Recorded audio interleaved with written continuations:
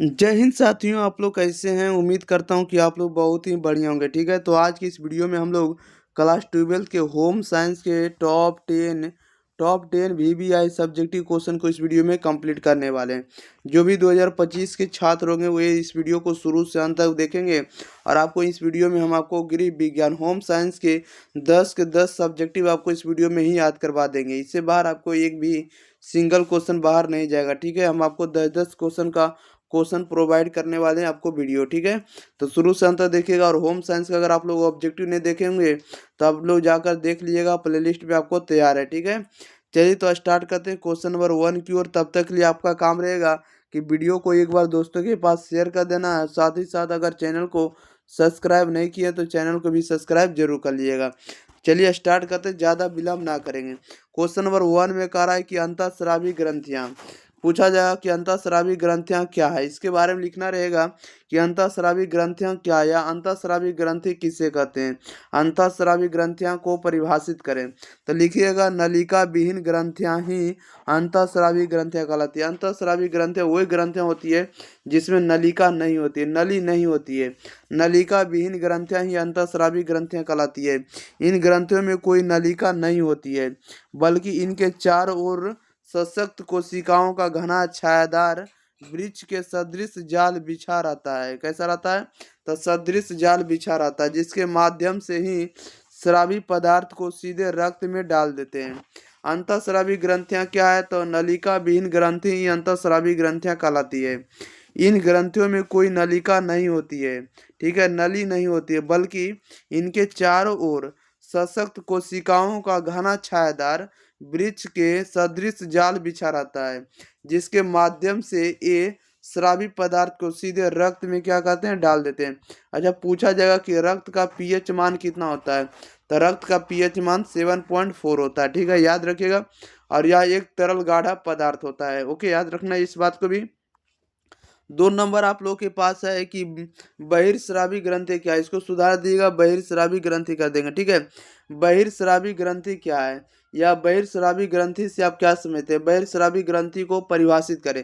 किसी भी तरह से क्वेश्चन पूछा जा सकता है, या तो पूछ सकता है कि बहिर्स्रावी ग्रंथि को संक्षेप में लिखें। तो लिखिएगा नलिका युक्त ग्रंथियों को बहिर्स्रावी ग्रंथि कहा जाता है। नलिका युक्त यानी जिसमें नली रहेगा, नलिका युक्त ग्रंथियों को ही बहिर्स्रावी ग्रंथि कहा जाता है।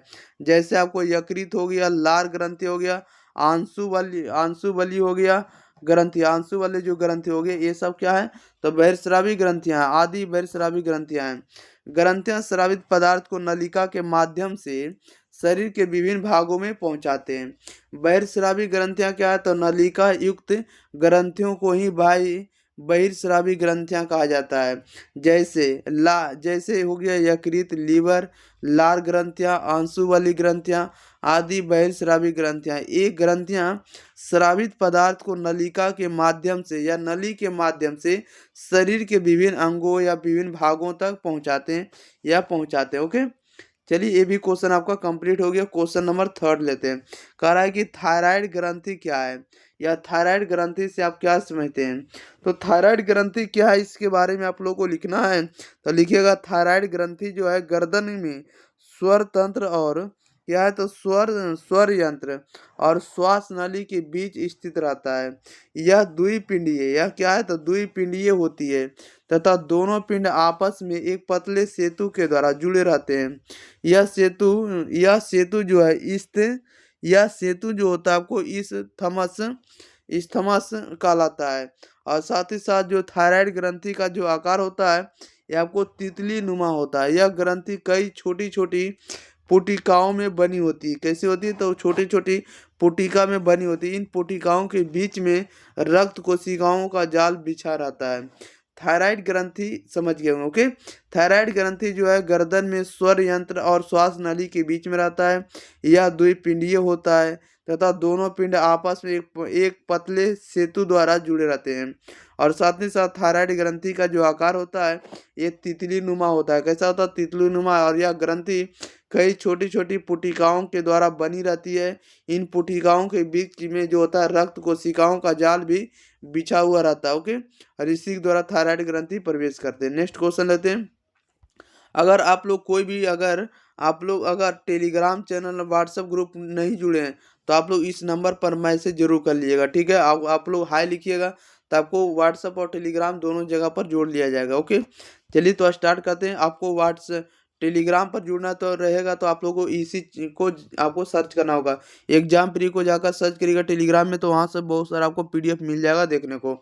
और एग्जाम प्री चैनल जो है आपको, इस पर आपको क्लास 10th और क्लास 12 दोनों तरह के वीडियो अवेलेबल है, ओके, सभी तरह के। तो आप लोग जुड़ जाइए इस चैनल के साथ, आपको ज़्यादा से ज़्यादा आपको फायदा होने वाला है। क्वेश्चन नंबर 4 में कह रहा है कि हार्मोन क्या है, क्या है।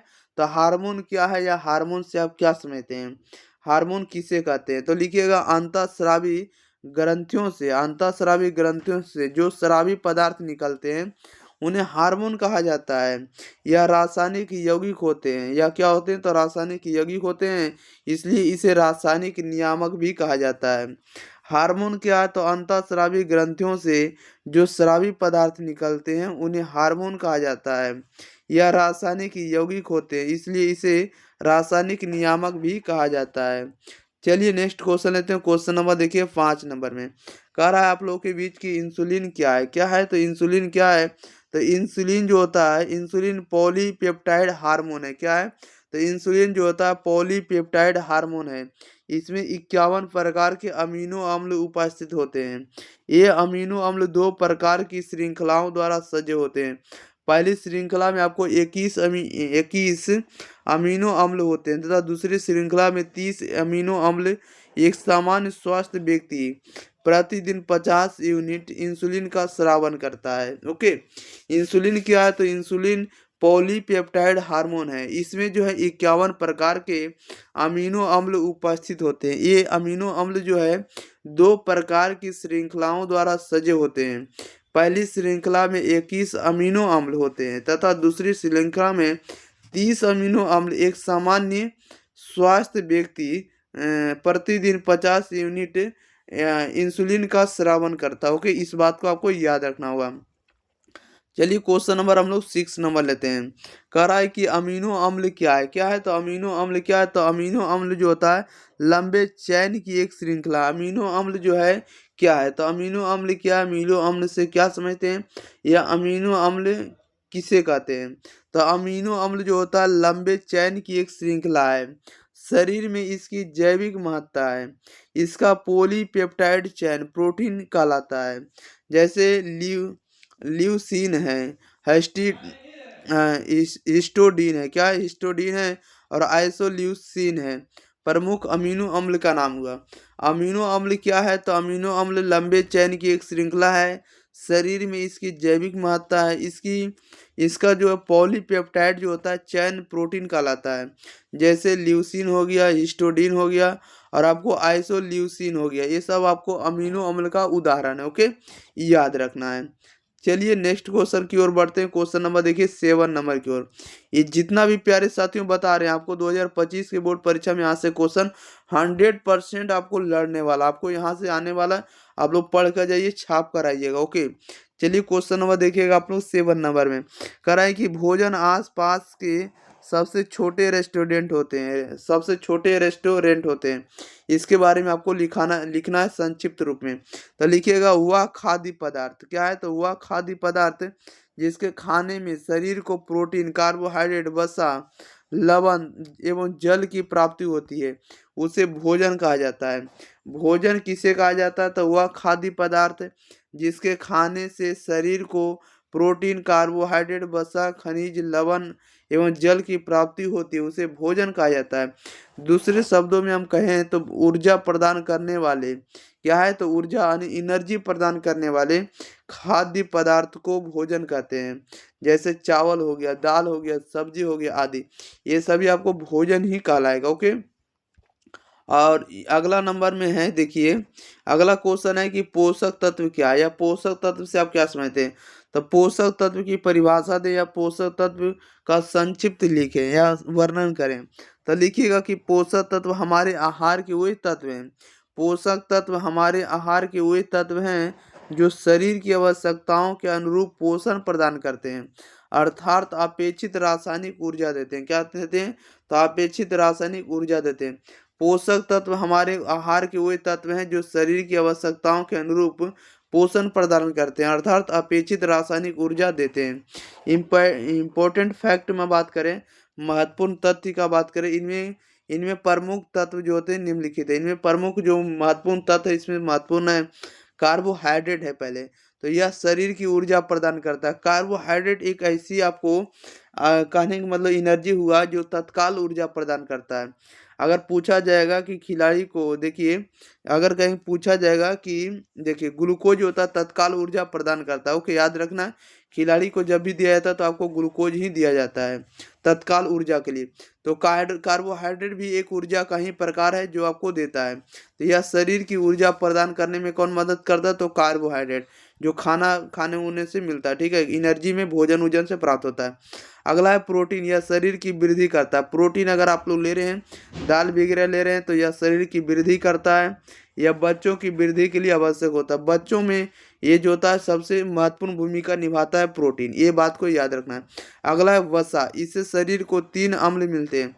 वसा से शरीर से हमें 3 अम्ल मिलते हैं। कितने अम्ल मिलेंगे, तो 3 अम्ल मिलते हैं। जैसे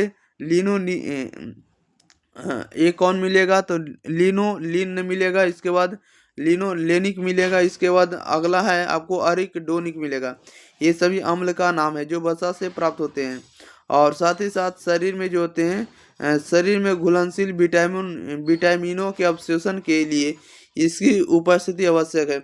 अगर शरीर में अन्य विटामिनों को घोलना है तो इसके प्रेजेंटेशन होना आवश्यक है, इसका उपस्थित होना आवश्यक है। ओके, क्वेश्चन नंबर अगला देखिए, अगला पॉइंट में देख रहा है, कह रहा है कैल्शियम। कैल्शियम का काम क्या है, तो यह हड्डी के विकास, यह हड्डी के विकास और मजबूती के लिए आवश्यक है। जैसे फास्फोरस, यह भी हड्डी के विकास के लिए आवश्यक होता है। फास्फोरस भी होता है हड्डी के विकास के लिए आवश्यक होता है। और अगर कैल्शियम है तो हड्डी के विकास और मजबूती दोनों के लिए आवश्यक है। ओके, अगला अगला है लोहा। लोहा नहीं, आयरन। आयरन का आवश्यकता कहाँ है, तो गर्भावस्था एवं स्तनपान कराने वाली अवस्था में इसकी विशेष आवश्यकता होती है। यह शरीर की रक्त अल्पता, हीमोग्लोबिन और लाल रक्त कण प्रदान कर दूर करता है। क्या करता है, लाल रक्त कण दूर को प्रदान करता है। आयरन का काम क्या है, तो गर्भावस्था और स्तनपान कराने वाली अवस्था में इसकी विशेष आवश्यकता होती है। यह शरीर की रक्त अल्पता, हीमोग्लोबिन और लाल रक्त कण प्रदान करने में क्या करता है, तो दूर करता है। ओके, याद रखिएगा। अगला नंबर पॉइंट है विटामिन। विटामिन का काम क्या होता है, तो यह 2 प्रकार का होता है। विटामिन 2 प्रकार का होता है। पहला जल में घुलनशील, जल में घुलनशील होता है। पहले जल में घुलनशील विटामिन और दूसरा होता है वसा में घुलनशील विटामिन। तो जल में घुलनशील विटामिन, जल में घुलनशील जैसे बोले तो विटामिन बी, विटामिन सी, ठीक है। एवं वसा में घुलनशील विटामिन कौन कौन होगा, तब विटामिन आपको ए, विटामिन ए होगा। क्या होगा, विटामिन क्या है यहाँ पर, विटामिन ए है, इसके बाद आपके पास डी है, इसके बाद आपको ई है, इसके बाद के है। वसा में घुलनशील विटामिन जो होगा आपको ए होगा, डी होगा, ई होगा, के होगा, ये सब वसा में घुलनशील है, ठीक है। याद रखिएगा बी और सी जो आपको जल में घुलनशील है। और विटामिन भी शरीर की वृद्धि के लिए आवश्यक है। विटामिन जो है शरीर के वृद्धि के लिए, इंक्रीज के लिए आवश्यक है। एवं यह कई रोगों से भी बचाव करता है, बचाता है या बचाव करता है। ओके, अगला नंबर है 9 नंबर का रहा है पोषण क्या है। क्या लिखा हुआ भाई, तो यह लिखा हुआ पोषण क्या है, पोषण बताना है। पोषण क्या है, तो शरीर की विभिन्न जटिल रासायनिक प्रक्रियाओं को संपन्न करने के लिए भोजन में पौष्टिक तत्वों की आवश्यकता होती है, ठीक है। और भोजन के अंतर ग्रहण, पाचन एवं शोषण के बाद सजीव द्वारा इन पौष्टिक तत्वों का उपयोग किया जाता है, जिससे शारीरिक वृद्धि होती है और तंतुओं की टूट फूट की मरम्मत होती है, शरीर को उष्णता प्राप्त होती है तथा विभिन्न क्रियाओं का नियंत्रण होता है। यही क्या कहलाता है, पोषण कहलाता है। पोषण क्या है, या पोषण से आप क्या समझते हैं, शरीर की विभिन्न जटिल रासायनिक प्रक्रियाओं को संपन्न करने के लिए भोजन में पौष्टिक तत्वों की आवश्यकता होती है। यह तो भोजन के अंतर्ग्रहण, पाचन, अवशोषण के बाद सजीव द्वारा इन पौष्टिक तत्वों का उपयोग किया जाता है, जिससे शारीरिक वृद्धि होती है और तंतुओं की या जंतुओं की जो भी टूट फूट की मरम्मत होती है। या कोशिकाओं का जो टूट फूट होता है उसका मरम्मत होता है, शरीर को उष्णता प्राप्त होती है, या विभिन्न क्रियाओं का नियंत्रण होता है, कंट्रोल होता है, उसे हम लोग पोषण कहते हैं। ठीक है, समझ गए होंगे। क्वेश्चन नंबर देखिए 10 नंबर। चलिए इसमें से 10 ही क्वेश्चन को कवर करेंगे, अगली वीडियो में करेंगे। अगला नंबर है आहार क्या है। क्या लिखा हुआ आहार क्या है? तब व्यक्ति एक दिन में जितना भोजन ग्रहण करता है, भोजन की वह मात्रा उस व्यक्ति का एक दिन का आहार कहलाता है। आहार क्या, या आहार से आप क्या समझते हैं? तब व्यक्ति का एक दिन में जितना भोजन ग्रहण करता है, व्यक्ति एक दिन में जितना भोजन ग्रहण करता है, भोजन की वह मात्रा उस व्यक्ति का एक दिन का आहार कहलाती है। समझ गए होंगे। चलिए तो इस वीडियो में आपके पास इतना ही क्वेश्चन आने देते हैं, 10 क्वेश्चन। तो मिलते हैं अगले वीडियो के साथ, तब तक के लिए आप लोग अपने वीडियो को शेयर करिए। ठीक है, इस वीडियो को शेयर कर दिएगा। चैनल को अगर सब्सक्राइब नहीं किए तो चैनल को जरूर सब्सक्राइब कीजिएगा। ठीक है, अगर आपके तरफ से कोई भी सुझाव रहे, कोई भी अगर आपके पास सूचना रहे देने का, तो आप लोग हमें कमेंट बॉक्स में दे सकते हैं। और किस सब्जेक्ट पर आपको वीडियो चाहिए ये भी आप हमें कमेंट कर बता सकते हैं। ओके, ताकि हम उस पर आपको अवेलेबल करके आपको हम एग्जाम या सफलता दिला सके। ओके, और बोर्ड परीक्षा में बढ़िया स्कोर हम करा सके। मिलते हैं अगली वीडियो के साथ, तब तक के लिए thank you for watching this video. धन्यवाद।